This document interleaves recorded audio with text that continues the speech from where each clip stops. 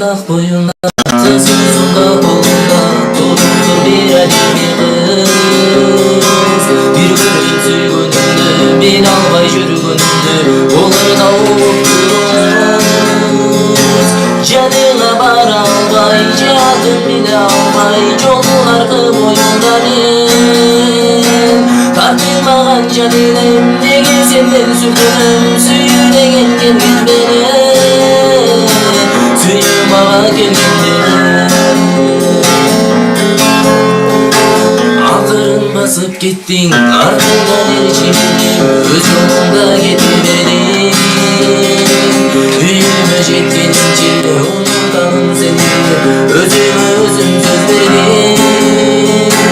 Gerçekte olmuş albay, ne dersin yıkıyamay, ne dedim doyumdu sen.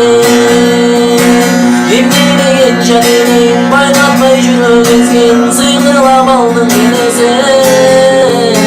Sıkılap koydun yine sen.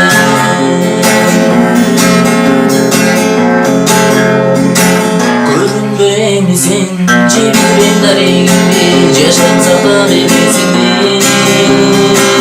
Atın dibine olmalım, bulurdu sağarmalım, atanın seni alemine.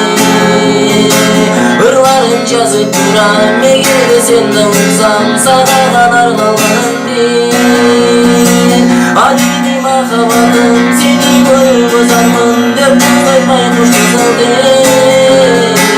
Dep seyret gün kızıldı.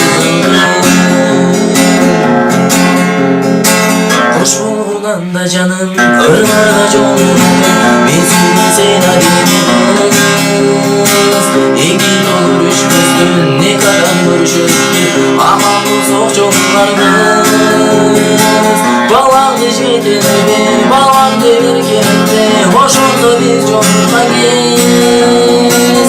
Takdir buyurup kalsa, vaktimiz unup kalsa, vakti bu yaşatmalarımız. Vakti bu